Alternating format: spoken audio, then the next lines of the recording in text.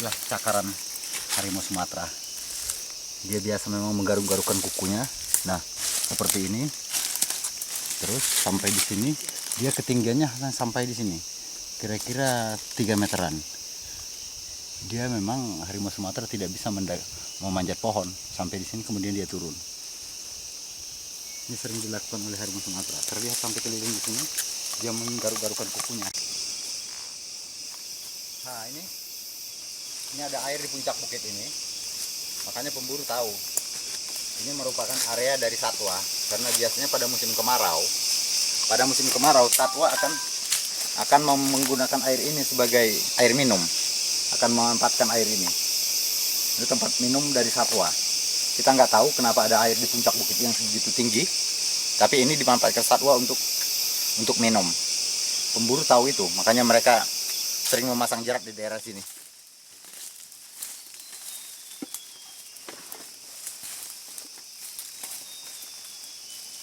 Kabupaten Labura. Bukit ini tadi malam kita ngecamp di sini karena ini merupakan perlintasan harimau Sumatera. Daerah ini banyak sekali dipasang jerat. Dari beberapa bulan lalu kita telah berhasil mengangkat beberapa puluh jerat di daerah ini. Menurut informasi masih ada pemburu memasang jerat di daerah ini. Untuk itu kita harus periksa hutan ini, karena ini merupakan area perlintasan harimau Sumatera. Akan berbahaya sekali jika harimau Sumatera terkena jerat. Seperti 3 bulan lalu kita sempat menelusuri harimau Sumatera kena jerat, tetapi harimau Sumatera berhasil mematahkan kayu jerat dan membawanya. Kita mencoba menelusuri selama 10 hari, tidak berhasil menemukan. Semoga saja harimau Sumatera tersebut selamat dan mampu bertahan hidup sampai sekarang. Kita coba telusurin hutan ini ke sana, sampai ke ujung sana.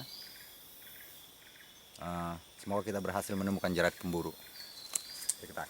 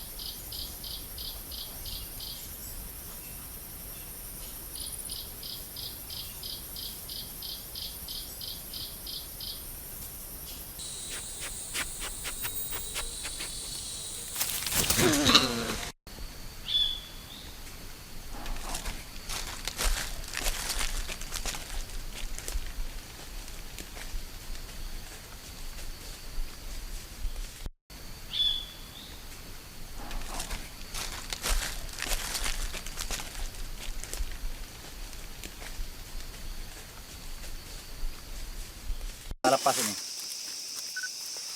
Ini teman-teman lihat ya. Ini teman-teman lihat. Tuh, seperti ini. Tuh. Ini kan akan terkena. Tuh, akan terkena ini. Nah, satwanya akan terkena seperti ini. Dia akan tergantung seperti ini. Nah, ini harus kita rusak. Dicabutin aja nih. Tuh.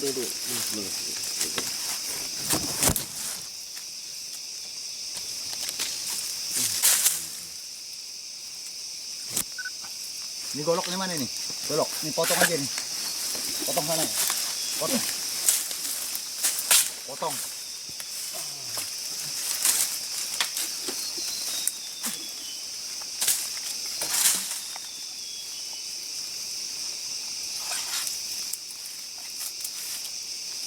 Nah, rusak aja. Oke. Satwa, harimau kelihatan, terus kemudian ada beberapa lagi yang kelihatan, tetapi ada juga yang mati terbunuh, ada juga jerat tadi yang di dalam hutan. Apa yang abang lihat dari ini? Inilah salah satu dilema bahkan permasalahan yang kompleks terhadap kawasan ini, semakin langka suatu binatang, maka semakin banyak orang untuk berburu. Kebetulan di area KPH kita, kami sendiri sebagai pengelola yang sudah 1 tahun lebih ketika kita melakukan survei di dalam, ternyata luar biasa jenis-jenis yang langka di sana. Burung juga banyak yang langka, beruang juga banyak yang langka, harimau juga banyak yang langka. Memang kita tidak bisa menutup mata bahwa pasaran dari binatang-binatang langka ini sangat tinggi. Dan pemburu-pemburu itu memang mempunyai jalur tersendiri untuk menjual ini. Hanya saja mungkin ke depan perlu kita melakukan sampai investigasi mendalam terhadap jenis-jenis yang memang sering diperdagangkan di daerah kita. Yang pertama, saya mengatakan bahwa saya tidak akan malu mengatakan bahwa hampir di seluruh kawasan ini belum pernah kita lakukan penelitian atau pengelolaan sebelumnya. Setelah dibentuknya KPH, mungkin pengelolaan misalnya akan lebih detail karena KPH ini adalah Forest Management Unit, pengelolaan tingkat tambang. Ketika kita dibentuk, kita melakukan survei di dalam, kita sendiri kaget. Karena data untuk itu terus terang kita nggak belum banyak ada, tapi belum banyak dan kami menyaksikan kekurangan. Jenis burung aja kita kaget di sana.